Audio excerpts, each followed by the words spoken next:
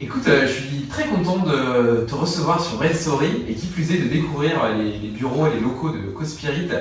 Donc tu m'as dit qu'ils étaient un petit peu petits, mais heureusement on a réussi à trouver une petite salle de réunion où se caser pour démarrer ce bel échange. Je te propose peut-être déjà de commencer par te présenter, me raconter un petit peu qui tu es. Donc, déjà, merci de m'accueillir. Alors, même si je t'accueille effectivement dans nos locaux, c'est une belle rencontre et j'en suis très heureux. Donc, je suis François Liénard. Moi, j'ai bientôt 60 ans. Je fêterai mon anniversaire dans quelques jours.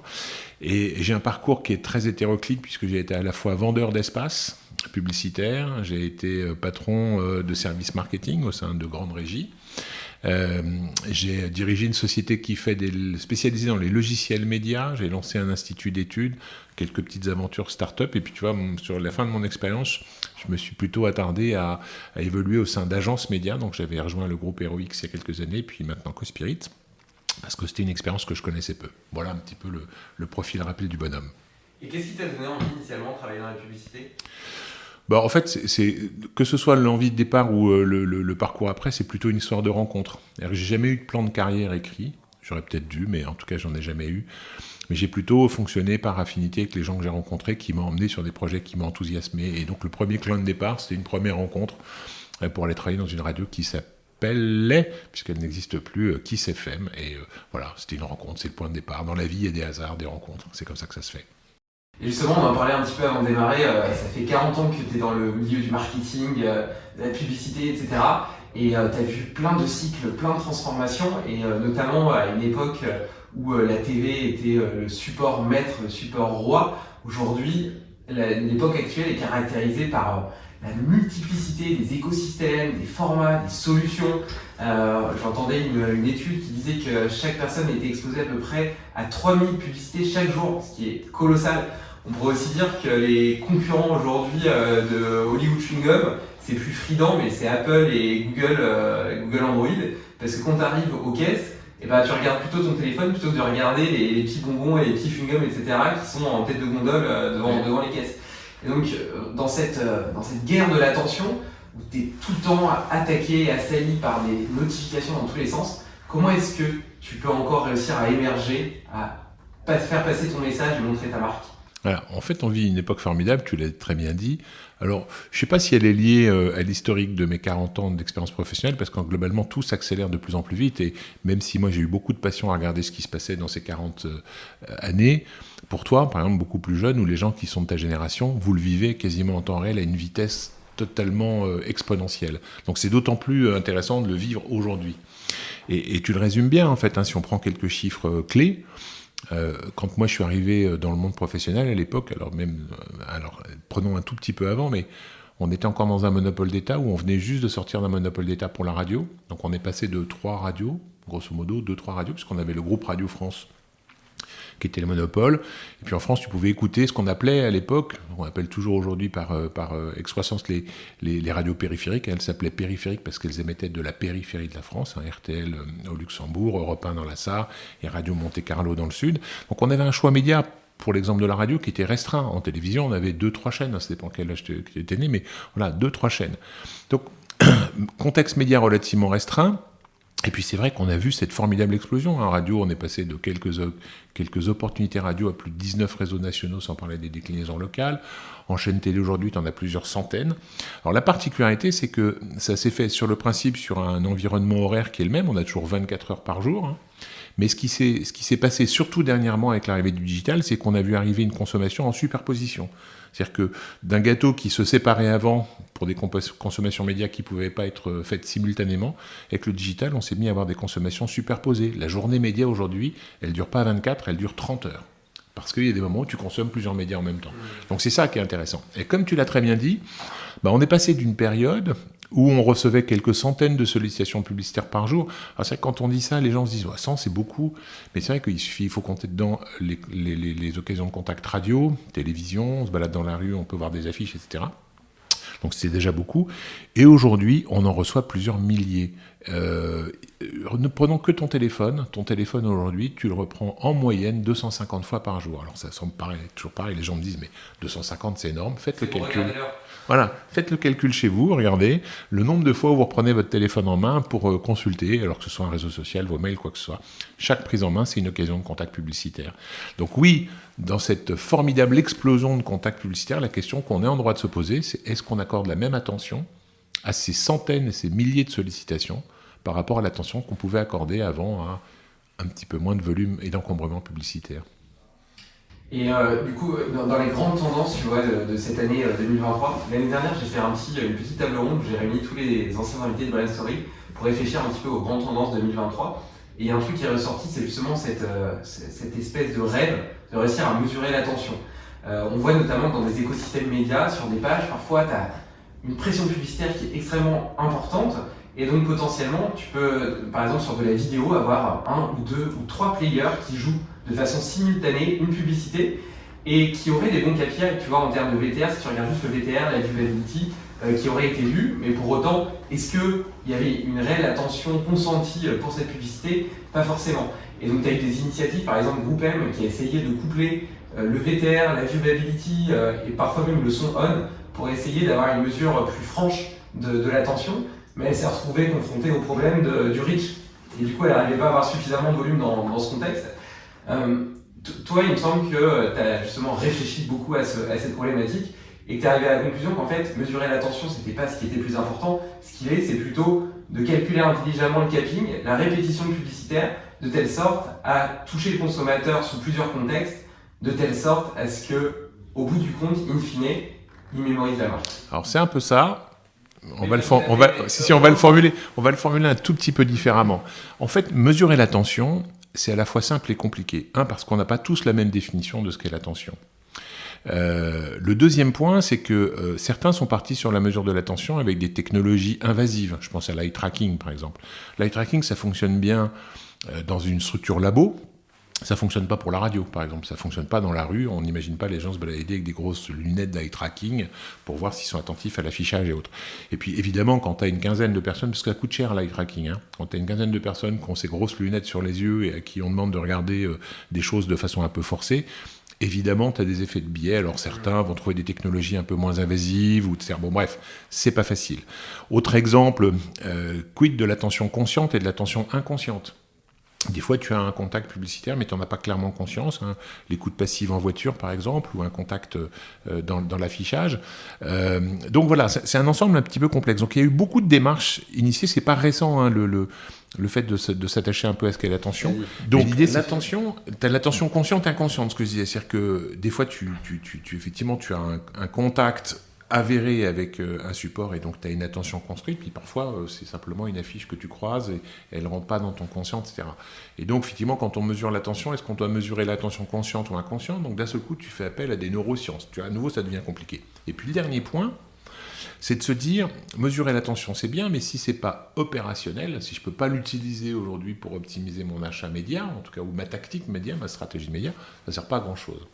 Et en fait, toute la difficulté, elle consistait à s'attacher à mesurer et évaluer l'attention en prenant compte à la fois des problématiques d'attention consciente, inconsciente, de ne pas imposer à mon utilisateur d'avoir ces appareils sophistiqués, d'être cross-média, de pouvoir travailler aussi bien la presse, la radio, la télévision, et puis d'en avoir un élément opérationnel. Et c'est là où tu as la bonne transition dans ce que tu m'as dit tout à l'heure. C'est-à-dire que, en fait, aujourd'hui, on a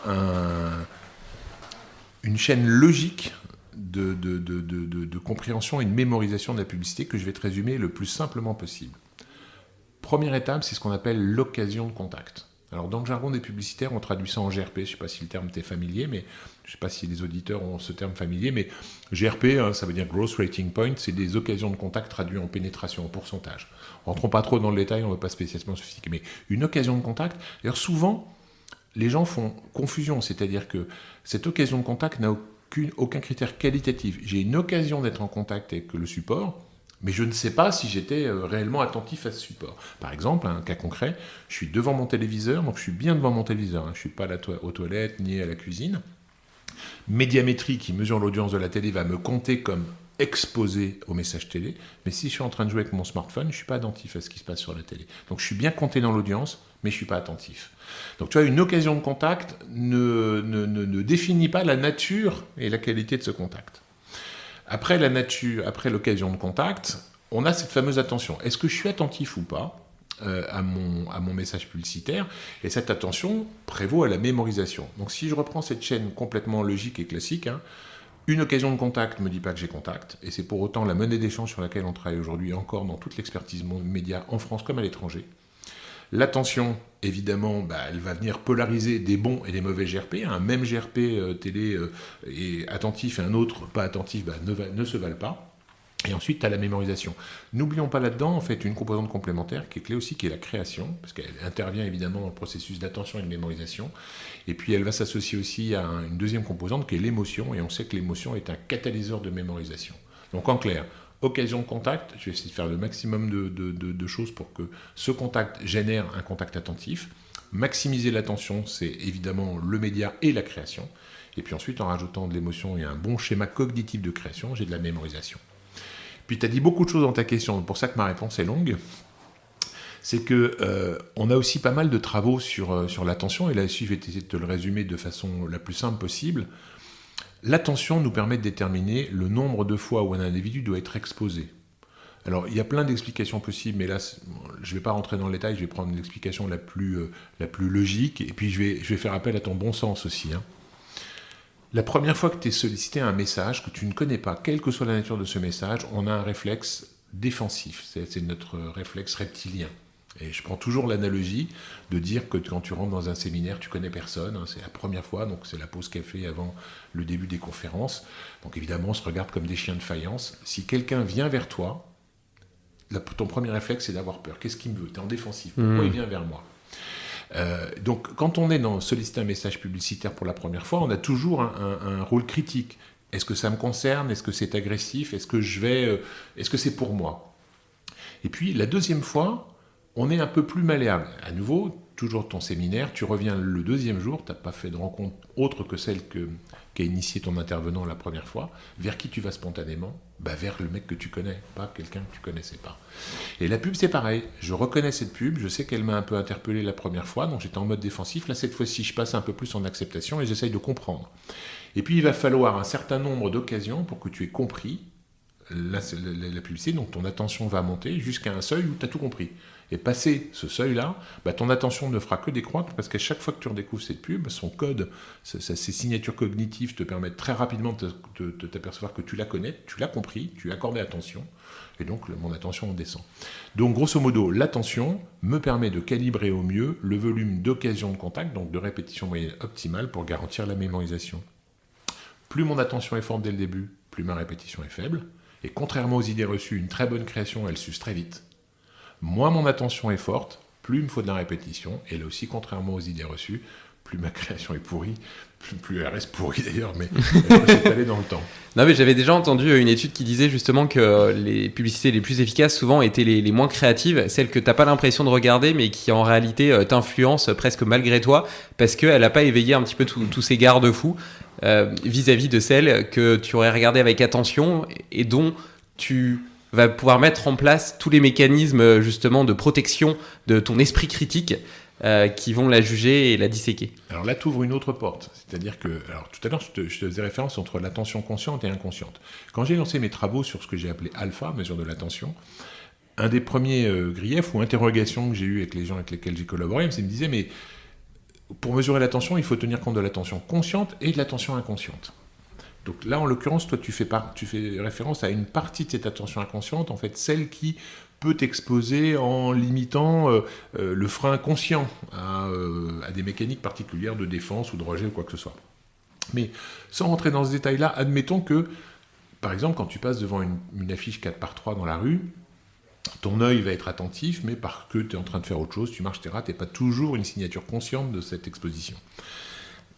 Est-ce que ça a un impact? En fait, là aussi, on a quand même pas mal de travaux. Il y a beaucoup de travaux de neurosciences qui ont été faits dernièrement, ou d'approches cognitives, qui te permettent de dire que ces multiples contacts répétés non conscients vont favoriser ce qu'on appelle une amorce. C'est-à-dire qu'ils vont préparer ton esprit à une mémorisation accélérée le jour où tu prendras conscience de ce contact. On amorce, on prépare ton cerveau. Donc effectivement, on peut aussi te préparer avec des signaux inconscients qui vont venir lutter contre des freins. Ça, c'est plus permissif, c'est plus critiquable, en tout cas efficace pour certains, mais là, j'ai moins d'expérience. Et pour en revenir justement à ces points de contact, à ces opportunités de contact, tu as cité le GRP qui est quand même une mesure qui est très liée au monde de la télévision. Pas spécialement, non, le GRP, il n'est pas propre aux médias télé. Tu dis ça parce qu'en fait, on n'a pas de GRP, on n'exprime pas le GRP en digital, ce qui est une erreur phénoménale. Justement, c'était bien là l'objet de ma question. Comment est-ce que tu arrives à concilier et aujourd'hui à réfléchir des plans multicanaux qui vont utiliser à la fois de la TV, de l'affichage, du DOH, etc., de l'audio et puis du digital ? Alors, on peut passer tous les médias à la mode du digital par les CPM et impression. D'ailleurs, c'est une tendance aujourd'hui un peu sur le marché, ou on peut passer tout le marché, c'est-à-dire a priori que le digital, à la mode du GRP. En fait, pourquoi on a ces deux approches et pourquoi on n'a pas de GRP dans le digital ? En fait, ça tient beaucoup à de la mécompréhension des indicateurs. Là aussi, sans trop rentrer dans le détail, je t'ai dit tout à l'heure que le GRP, c'était une pénétration. En fait, très concrètement, c'est le rapport entre, au numérateur, le nombre d'occasions de contact. Pour le digital, sont des impressions. Et au dénominateur, la population cible. Si j'ai 40 millions dans ma cible d'individus et j'ai distribué 4 millions d'impressions, 4 millions d'impressions sur 40, ça fait 10. Mon plan fait 10 GRP. Ça fonctionne en digital ou ça fonctionne en télévision. Alors pourquoi on ne l'a pas fait dans le digital ? Alors, les bonnes et les mauvaises raisons. Les bonnes raisons, c'est qu'il y a une grosse paupérisation de l'interprofession et en fait, on n'a pas donné toujours les clés aux gens et qui sont partis avec des indicateurs plus rustiques, entre guillemets. Les données moins avouables, c'est qu'en fait, à l'époque, les médias traditionnels avaient, je pense, très peur de voir une grande manne financière leur échapper pour passer sur le digital, parce qu'on était en l'effervescence de le digital, c'est beau, c'est nouveau, faut y aller. Et donc, moins t'as de monnaie commune entre deux concurrents commerciaux, moins l'argent transite facilement. Alors aujourd'hui, d'ailleurs, on est même dans une démarche inverse, c'est-à-dire que les médias traditionnels cherchent à se digitaliser, parce que finalement, ils peuvent retrouver de la valeur. C'est le cas de la télé segmentée, par exemple. Et comment est-ce que... Parce que tu vois, donc, tes algorithmes de mesure de l'attention, quelque part, ils te donnent un nombre d'opportunités publicitaires que tu dois réaliser pour atteindre ton objectif de visibilité et d'attention. Oui. Comment est-ce que tu peux l'exprimer dans un contexte cookie-less où potentiellement le capping sera impossible ? Alors justement, transition parfaite. On a aujourd'hui, sur le digital, on a deux opportunités. On a deux options. L'option déterministe, je compte combien de machines, d'adresses IP, d'individus, de cookies sont touchés. Donc c'est un simple comptage. Et ça, tu peux le faire dans le digital, enfin tu pouvais le faire dans le digital à l'heure du cookie. On ne pouvait pas le faire en télévision, parce que je te rappelle qu'en télévision, sur 25 millions de foyers, on n'en a que 10 000 qui sont mesurés par médiamétrie. 8 000 répondants en moyenne chaque jour. Donc on ne peut pas compter.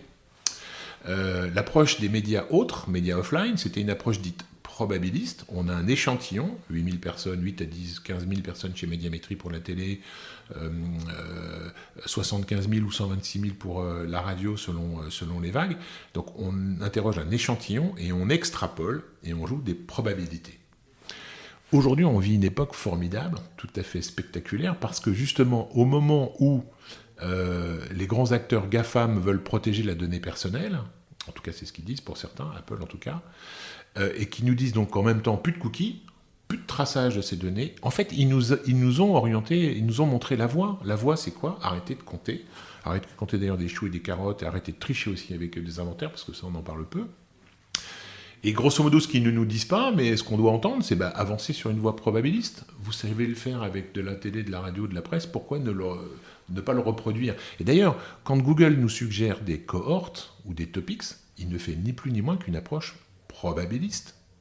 En fait, le problème là aujourd'hui, c'est parce que par paupérisation ou par réflexe, on se dit « Ah, mais tu vois, tu faisais référence aux 40 ans tout à l'heure. Oui, alors le poids de l'histoire, c'est les vieux qui viennent encore nous emmerder avec leur GRP et qui viennent nous dire que c'était mieux avant. » Mais non, c'est la solution. Tu sais, c'est pas parce que j'ai appris à faire du ski à 40 ans que je sais pas en faire aujourd'hui. C'est idiot de se dire que l'expérience, c'est ce qui nous fait progresser.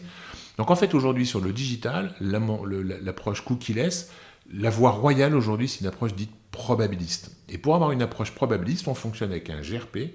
Un GRP, c'est une somme de contacts qui se divise entre une couverture, un reach, et une fréquence, un nombre de répétitions moyennes. Et là, on a une équation saine et qui fonctionne non seulement sur les médias off, qui fonctionne sur les médias on cookieless et qui en plus est transversale dans tous les médias. La seule petite nuance qui nous manquait, pour être complet, c'est est-ce que mon contact délivré en télévision est d'une nature différente du contact délivré en digital, en presse ou au cinéma? Et là, oui, la question se pose, est-ce que mon attention devant un message télévision est différente de l'attention que j'ai en radio, digital, etc. Et donc c'est pour ça qu'il nous manquait ce chaînon manquant, et c'est pour ça que j'avais lancé Alpha, justement pour distinguer, qualitativement parlant, un contact diffusé en Internet, en télé, en radio. Et alors, ça donne quoi en moyenne, qualitativement parlant, ces différents supports? Alors, prenons des chiffres, tout simple. En télévision, Alpha vaut 38%, ça varie un peu en fonction des chaînes. On est sur une moyenne, on peut avoir de grosses variations à l'intérieur, parce qu'un contexte programme va provoquer plus d'attention qu'un autre, une chaîne, etc. Mais ça veut dire en clair qu'à un instant T, 38% seulement des gens sont attentifs à la pub. 60% font autre chose. Donc sur 100 personnes mesurées par médiamétrie, à nouveau, ils sont devant leur téléviseur, ils sont bien potentiellement exposés, mais à un instant T pendant la pub, 60% font autre chose. C'est beaucoup, hein? C'est beaucoup, mais ça a toujours été comme ça. Ouais. Et alors, de la même façon, quand tu le prends sur les autres médias, la radio est à 33%, donc elle est un petit peu en dessous de la télévision. On s'attendait à un score encore beaucoup plus bas, parce qu'historiquement parlant, on supposait que l'attention radio était plutôt de 20%. Elle est de 33, donc ça c'est, je pense, le poids de l'audience radio en automobile, en autoradio. La radio, c'est le seul média concomitant à autre chose. Tu ne peux pas regarder la télévision en voiture, tu ne peux pas lire la presse ni aller sur Internet. En revanche, on t'autorise à écouter la radio. Donc là, dans ce moment-là, tu as une attention qui est magnifiée. La presse est à 40, environ, attention, 40-45, le contrat de lecture est fort. Et la grande surprise, c'est que sur Internet, on est entre 20 et 25. Le parent pauvre de l'attention aujourd'hui, c'est Internet. Alors, il y a plein de raisons à cela, et tout à l'heure tu faisais référence aussi au poids de l'histoire, et aux erreurs répétées. D'ailleurs, tu m'as posé une question en préparant cet entretien, tu m'as dit, mais fruit de ton bagage, ce serait quoi l'idéal aujourd'hui? Et je te disais, on se trompe toujours. Quand la radio est arrivée, alors j'étais pas né, ou je venais tout juste de... Non, j'étais pas né. Quand la radio est arrivée, on a pris des gens de presse qu'on a mis derrière un micro. Et qu'est-ce qu'ils ont fait? Ils ont fait des idées d'autopresse, ça a emmerdé tout le monde. Et il a fallu 15, 20, 30 ans pour que la radio produise du contenu qui lui est propre. Quand la télévision est arrivée, on a pris des gens de radio et de presse, on les a mis autour d'une table, la pipe à la bouche d'ailleurs, on avait le droit de commenter à l'époque, et ils ont fait de la radio et de la presse. Ça a emmerdé tout le monde. Puis la télévision a préempté le territoire du cinéma, puis la Real TV, il a fallu là encore 15-20 ans. Aujourd'hui, quand Internet est arrivé, enfin il y a quelques dizaines d'années maintenant, quand Internet est arrivé, on a reproduit la même erreur. C'est-à-dire que les gens de médias ont essayé d'adapter à ce nouveau canal de distribution leur savoir-faire sur d'autres médias. Et on s'est trompé. Parce qu'aussi basique que je pourrais te le dire, si je te dis est-ce qu'on pourrait diffuser un message radio à la télévision, tu vas me dire ah non, ça n'a pas de sens. Et pourtant c'est exactement ce qu'on a continué à faire en Internet. On a diffusé de la radio. On a dit, alors ça s'appelle aujourd'hui podcast, mais bon, on n'est pas toujours très loin de la radio. On diffuse des spots télé sous des formats rikiki, alors que tu peux les avoir plein pot sur ta télévision. Tu vois, il y a des choses qui sont étonnantes. Il y a un seul type de programme que tu retrouves, enfin, d'unité de divertissement que tu retrouves sur Internet, que tu ne retrouves sur aucun autre média, c'est qu'est-ce que tu as sur le digital que tu ne retrouves ni en télé, ni en radio, ni en presse, ni au cinéma, qui traduit donc le fait que, à l'arrivée, à l'émergence de cette typologie de programme de divertissement, le média a trouvé son territoire d'expression qui lui est propre. Et ben, cet univers-là, c'est l'univers des réseaux sociaux. Les réseaux sociaux, c'est propre à Internet, tu le retrouves nulle part ailleurs. Et les réseaux sociaux, ils sont arrivés 15-20 ans après l'arrivée du média Internet. Donc tu vois, en termes de programme, on a d'abord demandé aux gens du Point, de TF1, de Skyrock, d'énergie, de faire du divertissement sur Internet. Ils sont tous aujourd'hui avec des audiences très faibles. Qu'est-ce qui a pris le pas? TikTok, Facebook, Twitter. Sure. Et bien sur la pub, c'est pareil. Sur la pub, on continue aujourd'hui à s'obstiner à vouloir traduire des formats existants sur d'autres médias sur le digital. Il faut écrire sur une page blanche et trouver le format d'expression publicitaire qui est propre au digital et que tu ne retrouves nulle part ailleurs. Je ne fais pas de film télé en radio, je ne fais pas de radio en presse et je ne fais pas de presse en télé. Ben, je devrais dire la même chose sur Internet, et pourtant aujourd'hui Internet, je fais de la bannière presse, je fais de la radio et je fais de la vidéo publicitaire 30 secondes, 5 secondes, pré-roll & co. Et justement, tu vois, dans ces pré-rolls, moi qui suis justement dans la vidéo, t'imagines pas le nombre de créas qu'on a qui viennent de la TV, qui sont balancés sans être modifiés, où la marque, elle est citée à la fin, pas au début, alors qu'ils achètent de la viewability sur une norme 2 secondes, donc au début de la vidéo. Donc c'est là où il faudrait mettre la marque. Potentiellement, ils achètent du son off, alors que la vidéo est incompréhensible, il n'y a pas de sous-titres, etc. Si t'as pas le son. Enfin, un format qui est complètement inadapté, souvent trop long aussi, qui est pas bien scénarisé pour le web. Et par contre, les pure players, tu vois, de l'e-commerce, etc., en général, ont une approche qui est beaucoup plus forcément internet drivé, avec des créas qui sont mieux adaptés. Prenons un exemple tout simple là, sur ce que tu viens de dire, c'est intéressant. Prenons un exemple de bon sens. Ton attention, cette fois-ci cognitive, hein, elle a, pour la résumer, elle se divise en 3 temps. Premier temps, attention spontanée. Ça, à nouveau, c'est ton intuition, c'est tes réflexes, sont tes réflexes. C'est dans la rue, tu entends un coup de frein, tu bondis pour savoir si tu es en danger. Là, en l'occurrence, c'est que du réflexe, c'est que de l'inné, tu réagis pas, il n'y a pas de construction logique. Hein.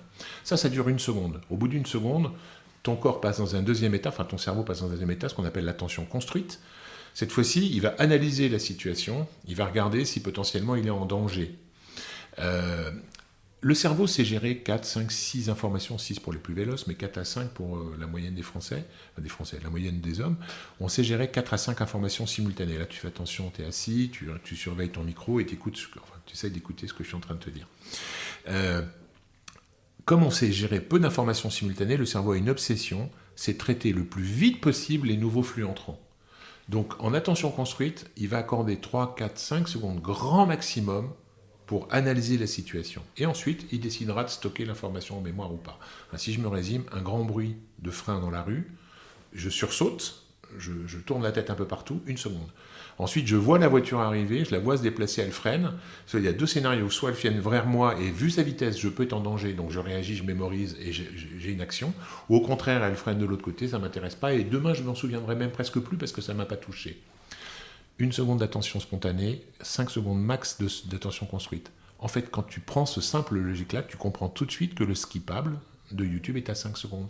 Parce qu'à moins de 5 secondes, tu ne sais pas avoir une attention construite d'un message qui t'est transmis.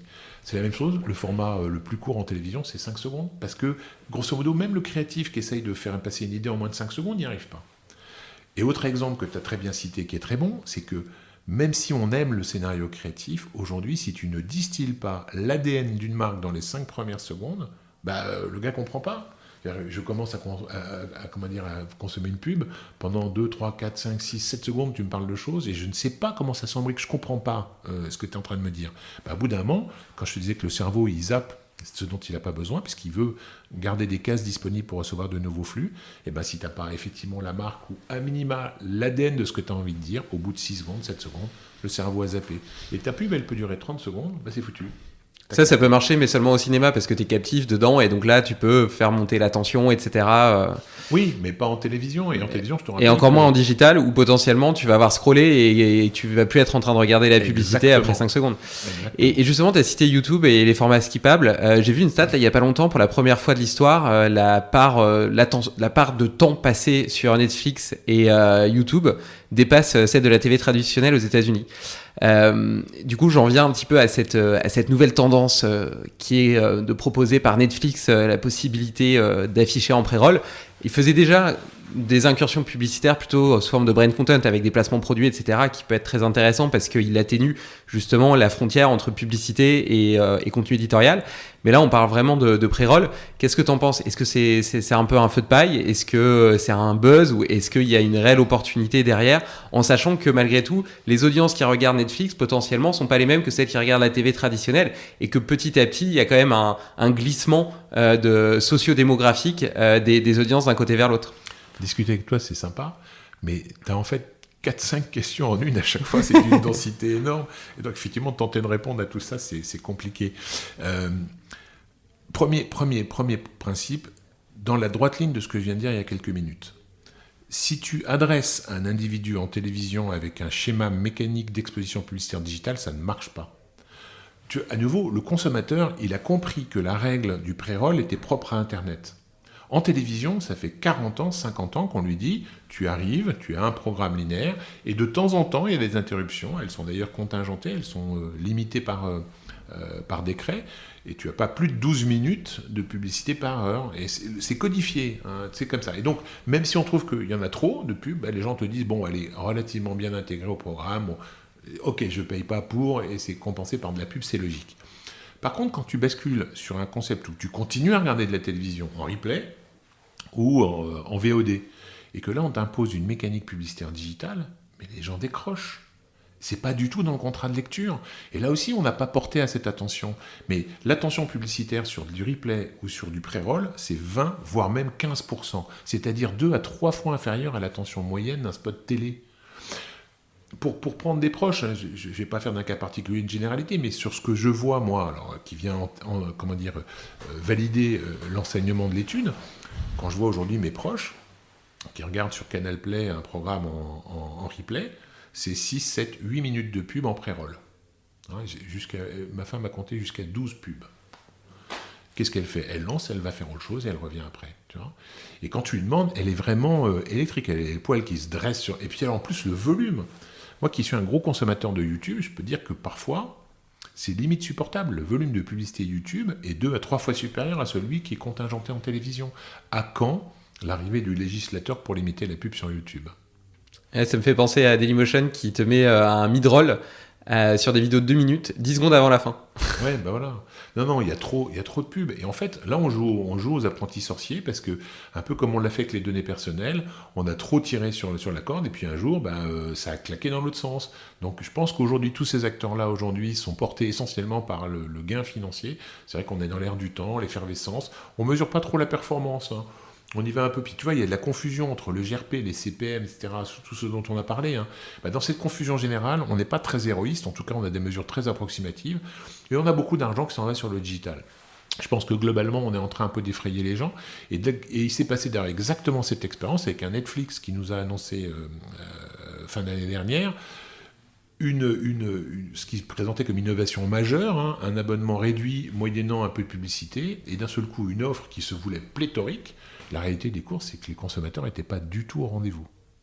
Et Netflix a dû rembourser certains, ou n'a pas été capable de servir une partie des campagnes.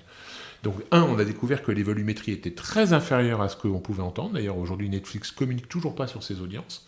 Donc là où on disait, tu me disais tout à l'heure que là, les audiences aux États-Unis, aux États-Unis, selon quelle source, mais je parlais des audiences, mais pas forcément des audiences sur un abonnement payant mix. Je crois que j'avais vu une stat comme 1% des abonnements de Netflix étaient des abonnements mix, ce qui reste très très marginal comparé à leur global.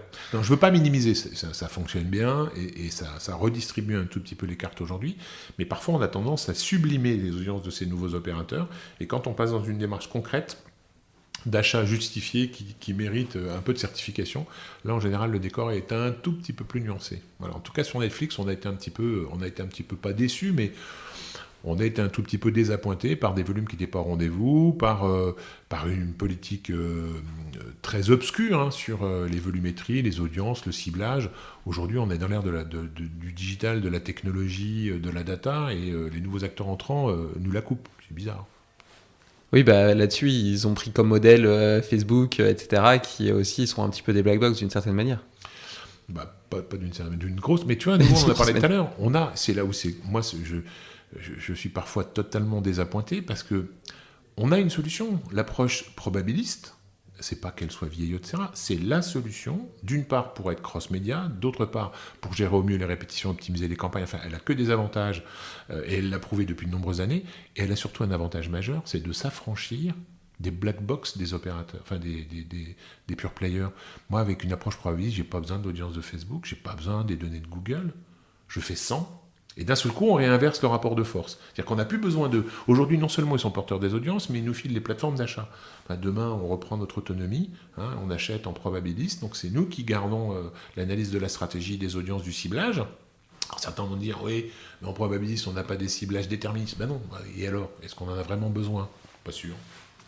Ouais, est-ce qu'on en a vraiment besoin ? C'est vraiment la question centrale, parce qu'en réalité, l'Eldorado du digital est venu aussi de cette capacité de ciblage extrêmement précis qui a fait son âge d'or et son développement extrêmement rapide. Et le fait de revenir sur la contextualisation des études, des panels, du probabilisme, etc., pour beaucoup, ça semble être un retour en arrière, même si effectivement, on y voit plein d'avantages. Et qu'en plus, on a vu les limites aussi de la programmatique, du tout automatique. À un moment, on a caresser cet espoir de réussir à automatiser tous les process alors qu'on s'aperçoit que l'humain est encore utile et au centre. Oui, mais là aussi on est dans un grand mensonge. Tu vois, le programmatique, on en fait des montagnes, et la réalité du programmatique, c'est qu'on achète de gré à gré à plus de 70-80%. C'est-à-dire qu'on préempte l'inventaire à l'avance à des conditions d'achat connues.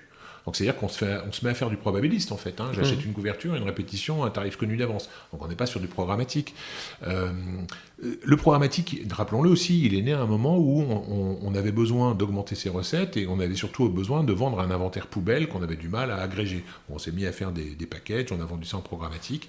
C'était à nouveau dans l'air du temps, beaucoup de technologie et ça se vendait facilement.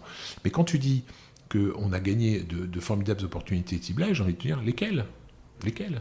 Enfin, je dis pas forcément que c'est le cas, je dis que c'est l'image qu'avait le digital et la raison pour laquelle j'ai la sensation qu'il y a quand même beaucoup d'annonceurs, de marques, etc. qui se sont jetés les bras ouverts sur le digital. Oui, mais en fait, toujours avec beaucoup parfois d'approximations. Alors, certes, c'est une illusion. Souvent, ça marche. C'est souvent des illusions, parce qu'en fait, des intentionnistes...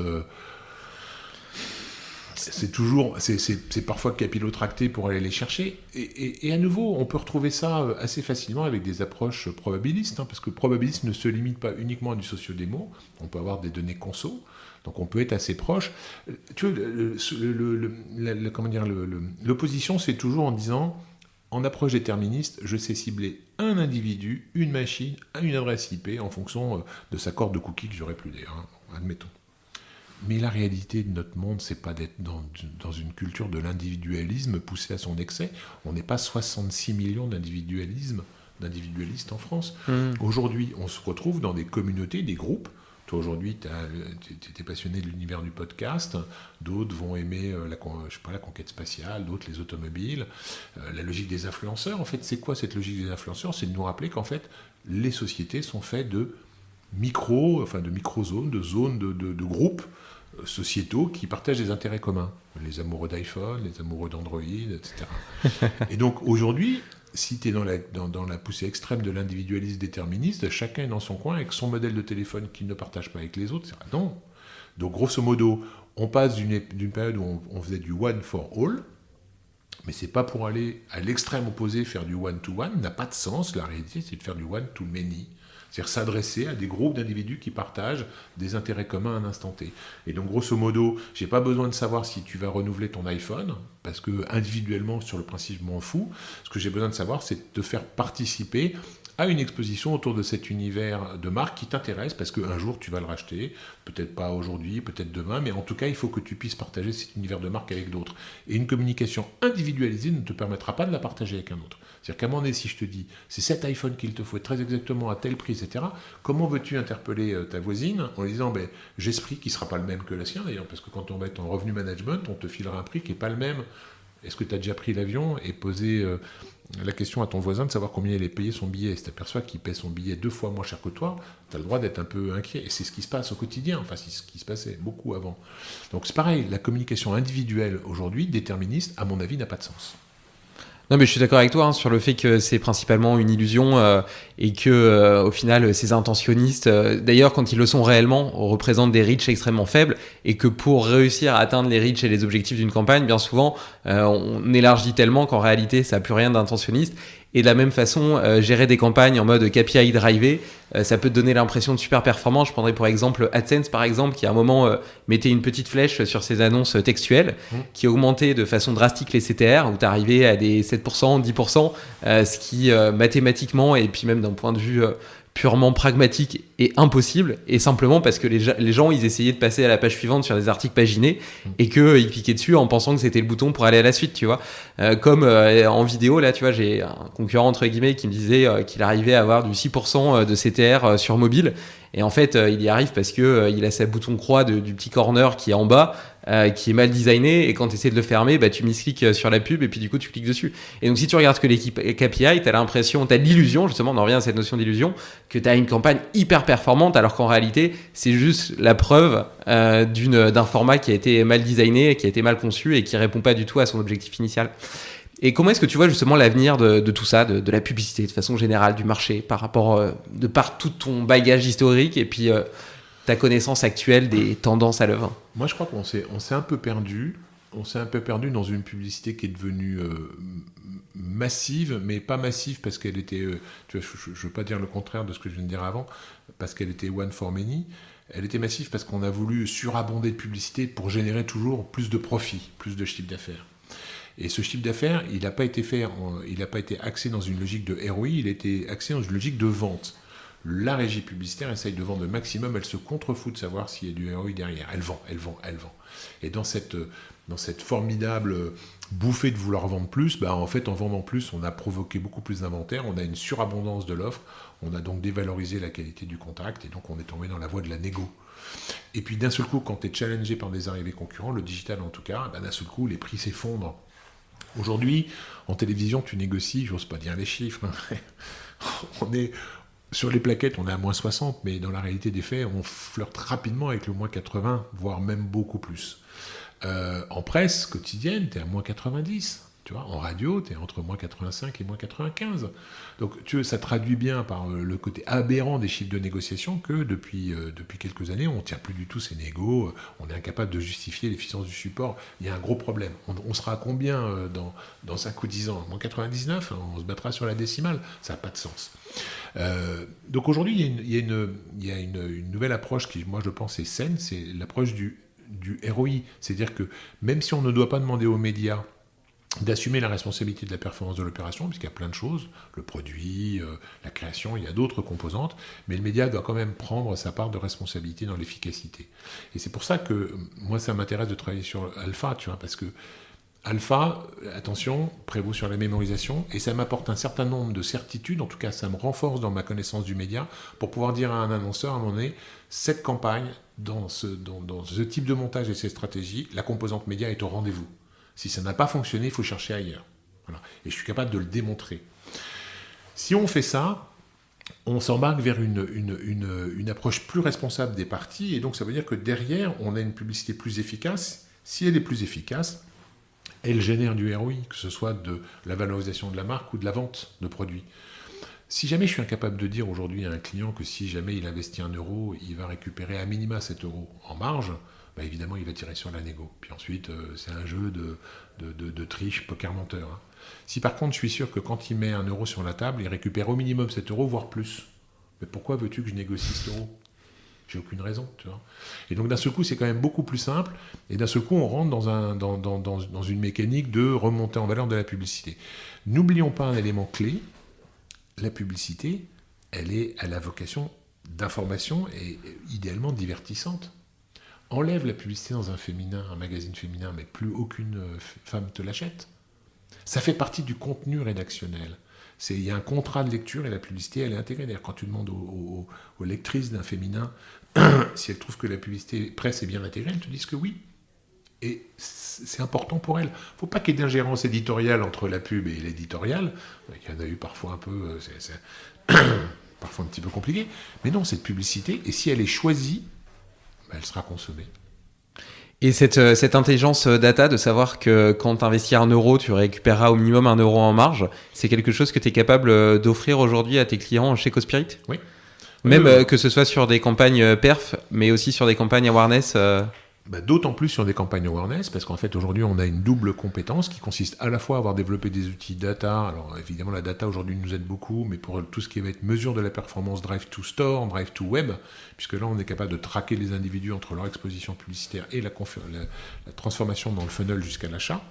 Mais on a aussi développé une expertise pour évaluer la contribution de la campagne à l'ensemble des KPI de brand, c'est-à-dire la notoriété spontanée, la considération, etc. Donc oui, et en plus on valorise tout ça. C'est-à-dire qu'on est capable de savoir, aujourd'hui, quand tu as 30 points de notoriété, gagner 10 points de notoriété, combien ça coûte ? en fonction de ton secteur d'activité, etc. Donc on est capable de dire très concrètement à notre annonceur, si vous mettez 1 euro sur la table, voilà la quote-part qui va alimenter la marque sur tel et tel KPI. Donc là aussi on a des priorités. Est-ce qu'on doit plutôt favoriser la considération ou la notoriété assistée? Et puis l'autre partie, elle va alimenter les ventes directes. Et donc ta marque, n'oublions pas qu'elle, elle prend le relais quand j'arrête ma pub. C'est ça qui te permet d'avoir cette rémanence tout au long du temps. Pour ceux qui peuvent avoir de la pub tout le temps, c'est bien, hein, mais pour ceux qui peuvent pas en avoir tout le temps, ils doivent capitaliser sur la marque. Et ça, cette décomposition du budget et des retombées, t'arrives à la produire grâce à l'historique de data que tu as réussi à accumuler au cours des années, ou bien parce que vous faites systématiquement des études post-test après pour le confirmer? On fait les deux, mais tu sais, mon expérience est plus récente. Et elle est très comment dire, autodidacte. Moi, dans mes expériences récentes en agence, j'ai un jour un annonceur qui vient me voir en me disant « On est à 15 points de notoriété, on veut monter à 30 ». C'est la première fois que j'étais confronté à un objectif aussi concret. Donc évidemment, j'ai fait le tour du marché, mes prestataires, les gens avec lesquels je travaillais, je leur disais « Vous avez de l'expérience, il y a des modèles, il y a des choses qui ont été… » Alors chacun avait des petites expériences, mais je n'avais pas quelque chose d'assez cohérent, en tout cas… sur lequel je pouvais m'appuyer. Donc je suis parti from scratch. Et alors, je ne rentrerai pas dans le détail, ce n'est pas l'objet de cet échange aujourd'hui, mais ce sera le cas avec plaisir si tu le souhaites ultérieurement. On a mis en place un certain nombre de travaux, de processus, etc. Et boum, 32 de notoriété. Évidemment, tout le monde est content, moi et mon client. Et puis mon client renouvelle la demande, il dit on est à 32, on va remonter à 40, à 60, puis à 50. Donc ça s'est traduit sur 3 ans. Et sur 3 ans, à chaque fois, on était dans les clous. On est dans l'univers du bricolage online, donc… vous pourrez vous-même deviner quelle était la marque, mais sur de la location automobile, on a fait exactement la même chose et on est tombé pile poil sur un nouvel annonceur dans le monde de la banque, des néobanques. Pareil, on est tombé dans les clous. Donc ça veut dire qu'en fait aujourd'hui, avec beaucoup de bon sens, de la donnée et des choses assez simples à comprendre, et on n'est pas dans des boîtes noires, hein, on a des choses qui sont parfaitement transparentes, on est capable effectivement de tenir nos engagements sur le brand. C'est magnifique. Et est-ce qu'il y a des formats, des supports qui t'enthousiasment particulièrement, des espèces de signaux faibles que tu regardes avec beaucoup d'attention et qui t'enthousiasment?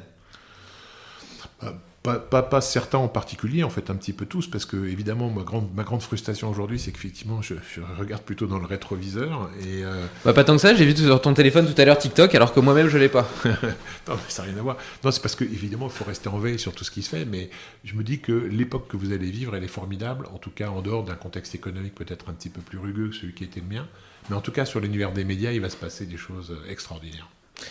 Et du coup, si on a envie de bosser avec toi, on te contacte sur LinkedIn, on contacte CoSpirit, je mettrai tous les liens de toute façon. Ouais. Sur LinkedIn, ça va? Ok, ouais, nickel. LinkedIn, et tu aurais un prochain invité à me recommander pour suivre?